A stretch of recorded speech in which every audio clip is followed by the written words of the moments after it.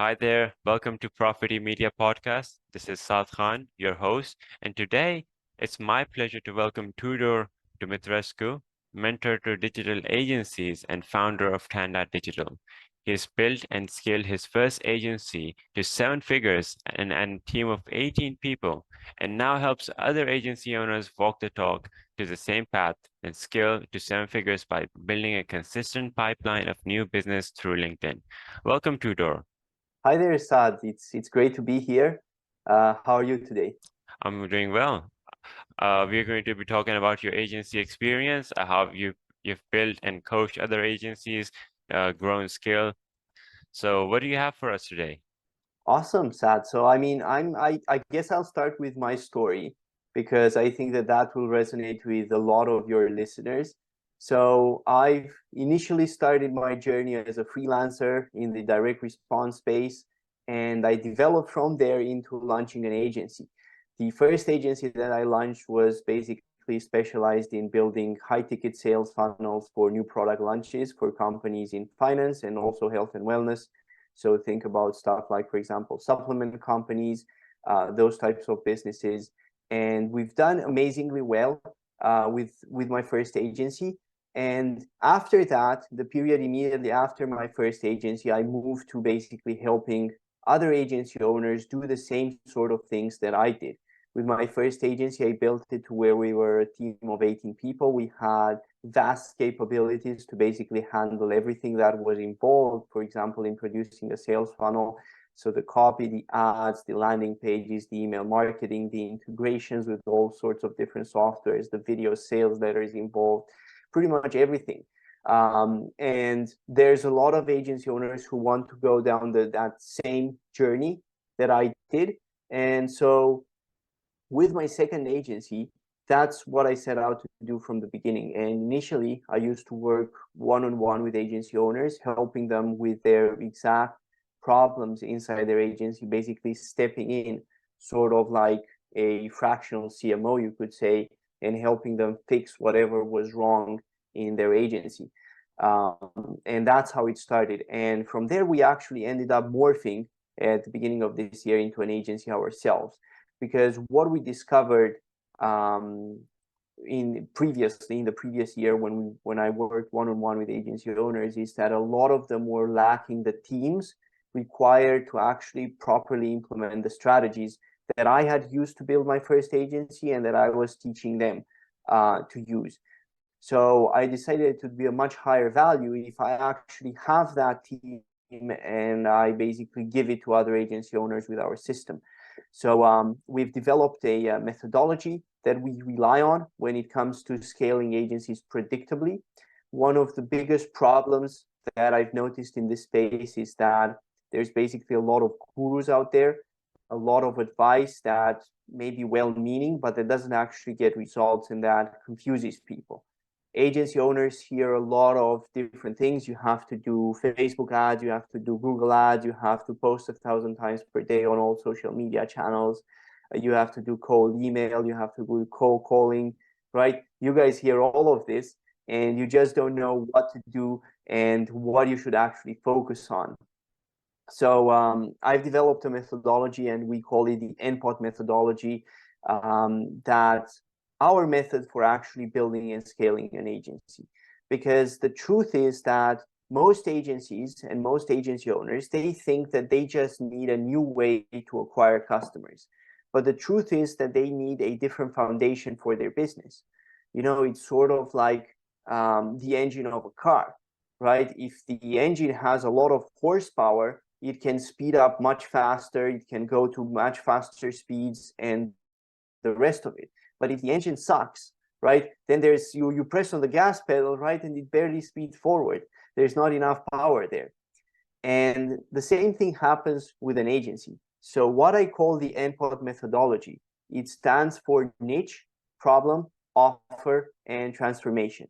And these four factors, they form the business model of every single agency out there, right? So if you think about Profity Media, for example, what niche do you guys serve, right? It's e-commerce. What sort of problems do you solve for them? Getting more customers, getting more leads, right? You have a whole list of problems that you guys solve for them. what's your offer, right? You have the advertising that you do for them and all the other services that combine that form your offer. And then you have some transformation that you deliver for them, which is business growth, for example, retaining customers, building customer loyalty, whatever it is. And if you think about it, if you share these four factors, the niche, the problems, the offer, and the transformation, they are the business model of your agency. Whatever those factors say, if somebody knows them, they know what your agency is doing and what your value proposition is to the market.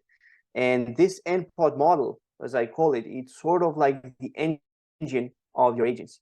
And the first job of every agency owner out there is actually to build a stronger, more robust engine that can take them further. And that's where I always start when we work with people, because the right NPOD model will make it easier to scale, and you're going to be able to scale to bigger numbers all the time, much easier to convert people as well, stand out, using the right NPOD model. So using this methodology that I've developed now on the agency side, we work with a lot of agencies. We've been extremely successful this year, because when I used to work one-on-one, I worked just with a few agencies, because obviously the price was much, much bigger than our current prices. Now we have much more affordable prices as an agency, and ever since we launched as an agency, we grew a lot in the market. So the first month we launched, we got 8 new clients, and from then on, it just increased. We went to 19 clients and even 24 clients that we acquired basically within the span of a month, right? So those numbers are sort of crazy for most agencies, but I mean, as I'm sure you know, but it's sort of the potential that you can achieve once you perfect your NPOD model and you have the right strategies. In my opinion, if you sell B2B, there is only one channel that you should be using as an agency, and that's LinkedIn, right? LinkedIn is by far the best way to connect with a B2B audience. So that's what I would say as an introduction to what we do. Yeah, definitely. I've seen your content on LinkedIn. It's one of the best, if not the best out there for agency owners. Like there's many, many things. I mean, you know, I think so. There's not a single person that has provided more value for free in my feed about building and growing and retaining clients and agency growth, all that stuff. So, I mean, I would really love the listeners here to like check that out. Check Tudor out on LinkedIn. He really posts great content. And I think that's one of the key elements and ingredients in your growth on LinkedIn and how you would attract clients. So, like, tell me what's your client acquisition model? Because I think so. This is the most pressing part for agency owners is that one of them is that they don't have a strong acquisition system. Second, they don't have strong operations. I mean, I guess you know better, but like if you could like shine some light on the most pressing problems that that you have faced with when working with agency owners, I think so that would be great. Mm-hmm. For sure, Saad. So, I mean, I think that the most pressing problem by far is that most agencies get clients just from referrals and from their network, the vast majority of their clients. And they don't really have a consistent and predictable solution for acquiring clients. It's sort of like just hoping that the clients will come to them and just waiting for the clients to come to them. And that's obviously not a way to actually grow an agency. You need a system that over time is going to become predictable for you and that you can count on to generate leads and clients for when you need them.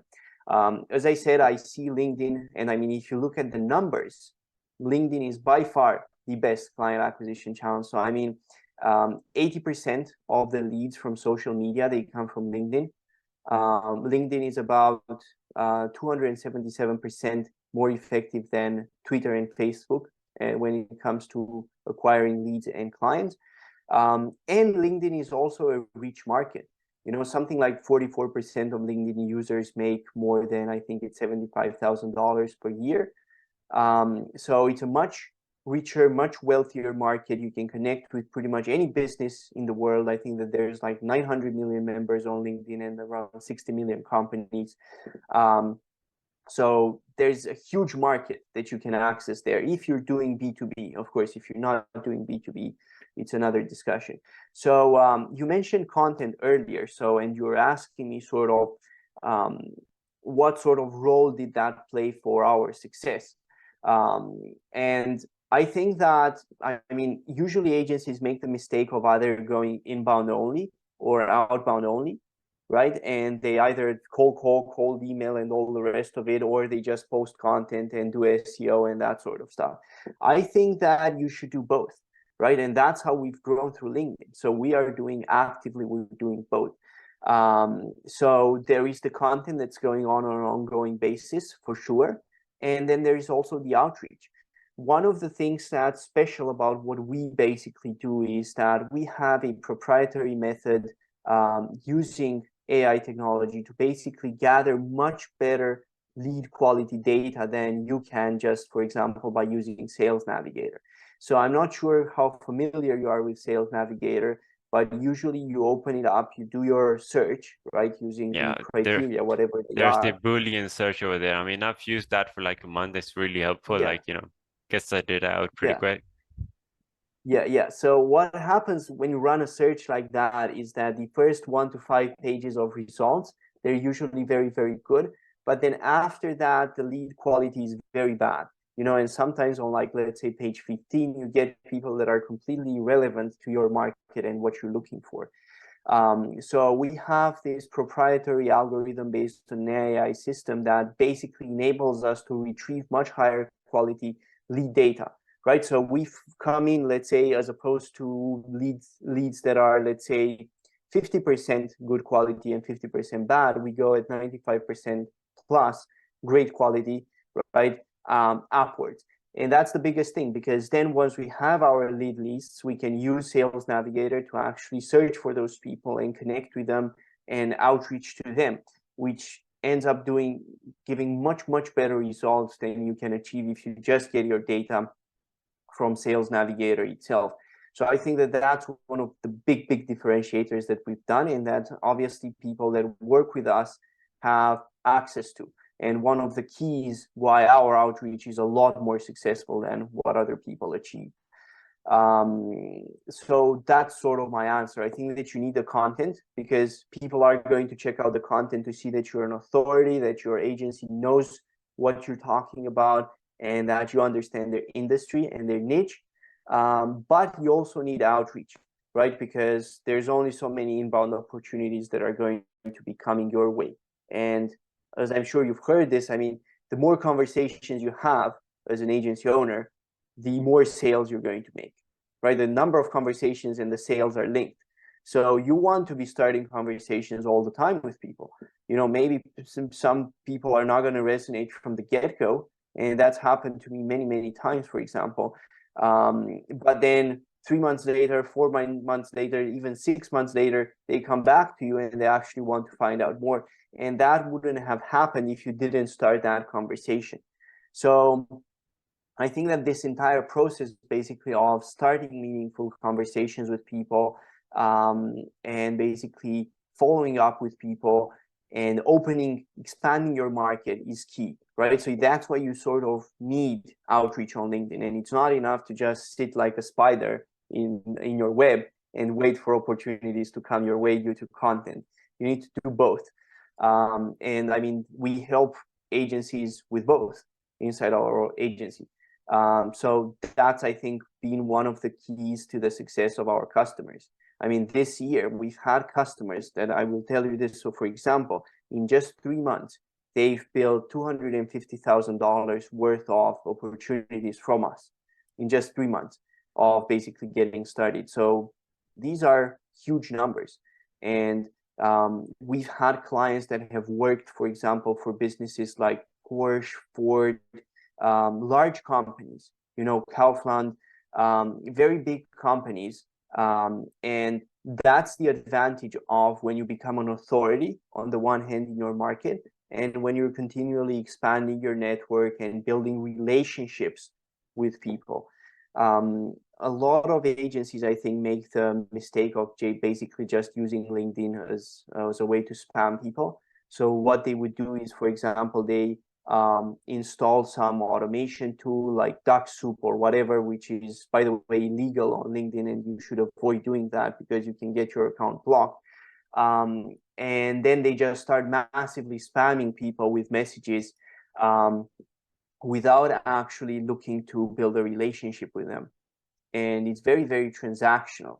So they end up sending thousands of messages, and maybe just a couple of people react positively to those. So instead of doing an approach like that, it's much better to use your outreach to build a relationship with somebody. Show them that you understand them, show them that you're open to actually connecting with them, right? Because in the end, we shouldn't forget that LinkedIn is basically a social media. And the point of social media is to connect with other people and to build relationships with other people. Sure, on LinkedIn, the relationships are going to be about business, which is obviously another advantage over Facebook or Twitter or whatever. There's people who try to sell, for example, on Twitter, and they do outreach there. To me, that's sort of stupid because the people aren't on Twitter to do business, right? They're not there for that purpose. They're there to share ideas. They're there to do something completely different. Whereas on LinkedIn, people are actually there to do business. So I think it's a great place to be. So yeah, I think that in summary, I would say that agencies need both inbound and outbound on LinkedIn in order to grow. Mm-hmm. Yeah, by far, like the most pressing thing that I've noticed is that the agencies that try to grow with conventional ways, like, blast out 10,000 emails and use these automation softwares, they're trying to do the process of like, you know, throwing something at the wall and hoping that it sticks. So I think that's not the way to go about it. Uh, Definitely the relationship building part. As humans, we are interacting with other humans on LinkedIn. We are not interacting with robots. And if you like, just send them a spam message, I think so it's just going to give them a bad impression. Because if I'm speaking for myself, there's many messages or DMs that I get every day. Sometimes it's just an offer about like, marketing. It's just an offer about something else. And these are all automated messages. And they seem really cold to me. So it's really unlikely that I would reply to them. But I would reply to an incomplete, not really fleshed out message which is authentic rather than reply to these spam mails. So that's one thing, because as humans, we do understand if someone is like, spamming us or not. So there's that, and the relationship selling part, I really love that. I think it needs to be practiced more in agencies. We personally have been doing that. We're not using AI to, assist us in that yet, but maybe we can use the help, because I've personally seen that you're a case study for your own self about systems that you've used, and like this and the client the growth that you've done for your clients. So maybe like if you could like shine some light on like some case studies that you guys have built over the years, and maybe then let's assume a scenario, and then in that scenario, we'll assume the role of an agency owner who's just started out, and then the role of an agency owner who has been in the industry but is not leveraging any kind of the inbound and the outbound thing. It's just relying on referrals. So we're going to be exploring those two scenarios as well as uh, the the case study part. So yeah, I mean, I'm just gonna let you continue forward. Awesome. Yeah, okay. So, I mean, with regards to the case studies, the best thing is for people to go on our website because they can actually see the results that people obtain there, and they can hear it from the people's mouth, right? Not from my mouth explaining the results. They can actually hear it from real agency owners getting those results today. So if people just go to Tanda, that's TANDA.digital, that's our website, tanda.digital. They will be able to see there, I think 14, 15 video case studies and a lot of other cases of results that we've obtained for people that we have in a text format from basically our Slack channels and other groups that we basically administer with our clients. So I think that that's the best. If I am to signal out a few case studies, so we've generated in revenues a huge amount for agency owners. There's agencies that single agency, basically we took from being around 100K per year to basically doing 7 figures in a year, 1 million and above in revenue. So we have great case studies on there. And I mean, you can see this from people if you go there. There are some case studies with agencies that went very, very far in a very short amount of time. Like I mentioned before, in 3 months, 250K worth of opportunities. And others that for a longer period of time, like 1 year, obviously got beyond 7 figures. So there's a whole range of them. The best thing is to look there, and you can actually look because we say which type of agency it is, right? So you can see if it's, let's say, an e-commerce agency or an SEO agency.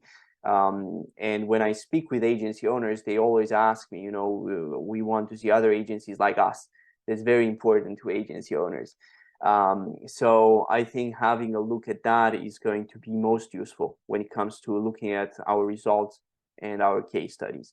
Now, with regards to basically the other part of the question, the sort of advice that I have for, if I'm not wrong, the agency owner that's just getting started and the agency owner that already has, let's say that he's making 100, 200K per year, but wants to grow. And so far he's only been getting clients from referrals and from his network. So I will start with the new agency, okay? And with the new agency, I think that the most important thing is to work on your endpoint model. As I said before, what sort of niche are you serving? What sort of problems do you solve for them? What's your offer? And what sort of transformation do you deliver? And actually making sure that you can deliver basically what you promise that you will deliver. Right. And that's very, very important, being able to get the results of the service right. Because in the end, I mean, I always ask people this, if you could get 50 clients tomorrow and you just keep them for 3 months, and let's say that from 50 clients, you make, let's say $100,000, 2,000 from each, right? And you make that for 3 months, you just made $300,000, but then your business is down to zero, right? If you can't hold them. So it doesn't matter in the end how many clients you acquire. If you cannot hold a client for the long run, you don't have a business, right? You're sort of just a glorified salesman who managed to close a lot of people, but then you don't have a business, because a business is something that sort of, once you've put a stone and once you've built something, you can keep building on top of it. Right? But if every time you go back to ground zero because your customers leave you, then you can't do that and you don't really have a business. So being able to retain customers is very important. Deliver basically what you say you will deliver, and make sure there's no exaggerations in your sales process, and you focus on that. At the same time, I would advise beginners, because a lot of agency owners who are new, they listen to the gurus, and the gurus tell them, oh, charge them $5,000 per month, charge them $8,000, whatever. And that's the wrong focus. When you first start your agency, you don't want to be focused on the money. You want to be focused on the volume of activity that you can generate. Because the more clients you can bring on, it's sort of the stage that I was in at the start of the year with our agency, right? The more clients you can bring on, the easier it's going to be for you to basically refine your service, make it better, stronger, and all the rest of it, and make sure that you're delivering the results. And once that happens, if you maximize for volume, then you can start optimizing your profit, right? And raising your prices, looking to work with bigger clients, and all the rest of it. That's sort of the stage where we are transitioning into now, right? We had a very, very inexpensive service, and we're now gearing to work primarily with bigger agencies on bigger deals, obviously going into the future. So that's sort of what I advise to new agency owners all the time. Now, to those who are already established, but they're stuck within their network, you have to realize that if you cannot go to bigger clients, and if you don't know how to expand that network and build your personal brand, which is very, very important nowadays for an agency, because people want to be working with other people, not faceless companies. And if you don't know how to do that effectively, then it's going to be impossible for you to scale, right? So those are basically my advices for somebody who's new and for somebody who is already in the middle and doing well. You need to expand and you need to invest both in outbound and inbound. If you want a shortcut, then you can come to us and we can do it for you at a obviously much faster rate than you can do it yourself. Mm-hmm. Absolutely. And I really like the fact that you said that, building a personal brand, because I think that today on LinkedIn, there's many people they're building personal brands and it's really paying them off in the long run.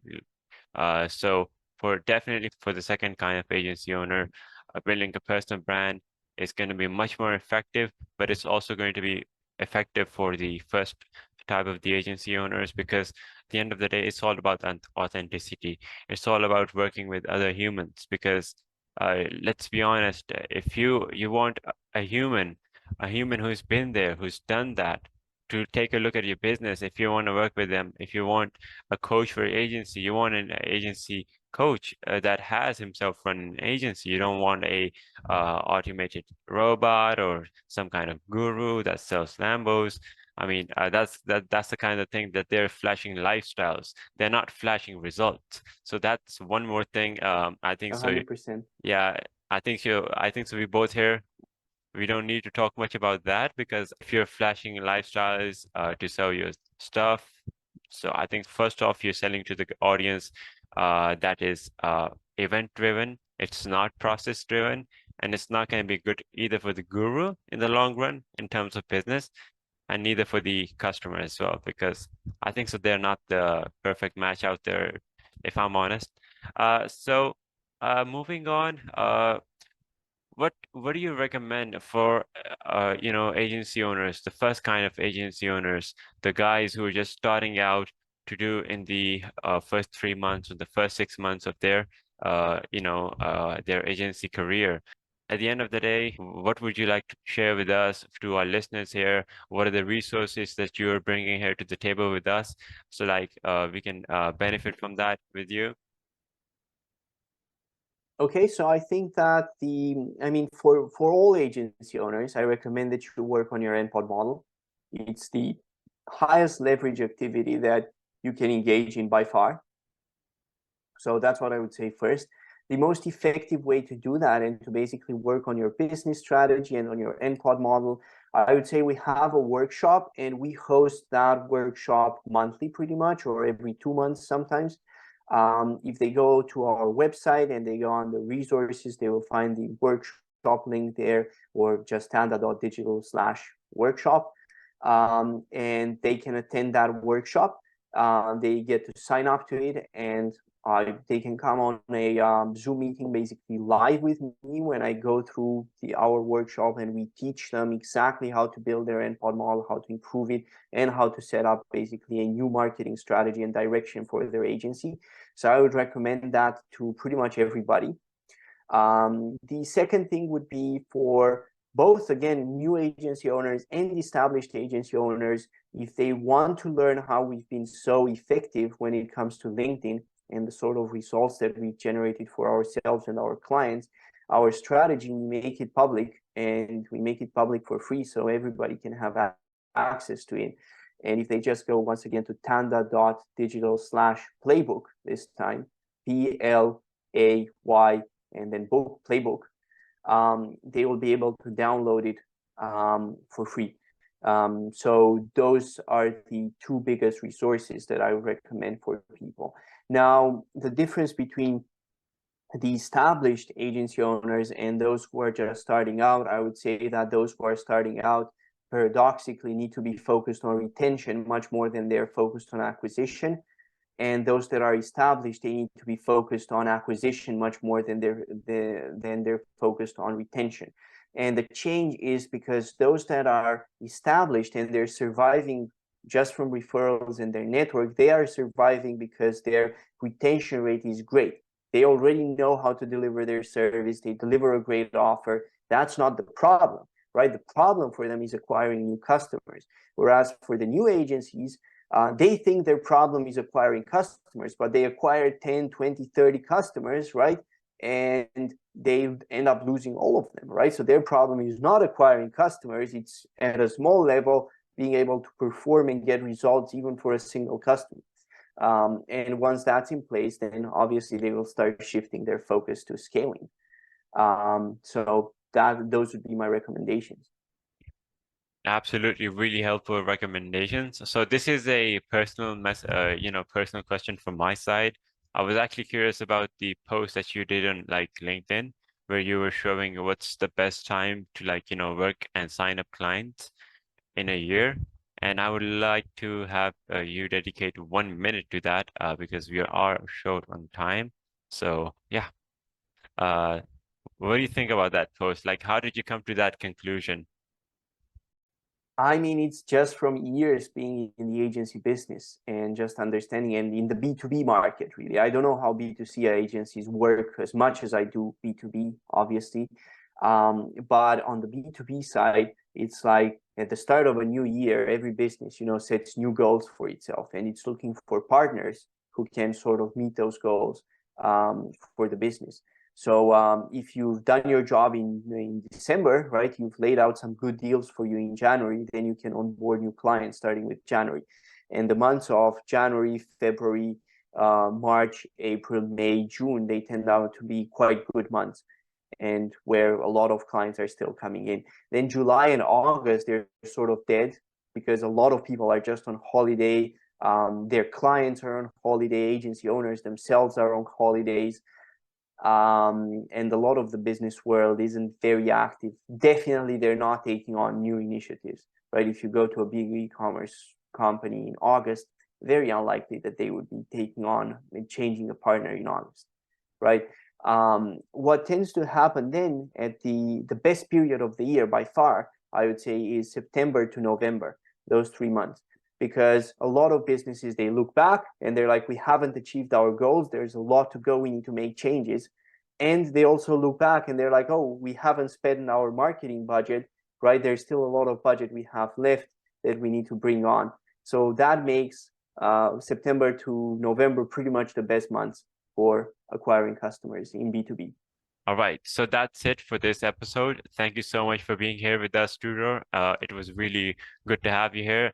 We'll have the listeners decide when to have you on our on another episode with us because definitely for agency owners, you are a gem, and I would encourage our listeners to go and check out Tudor on LinkedIn.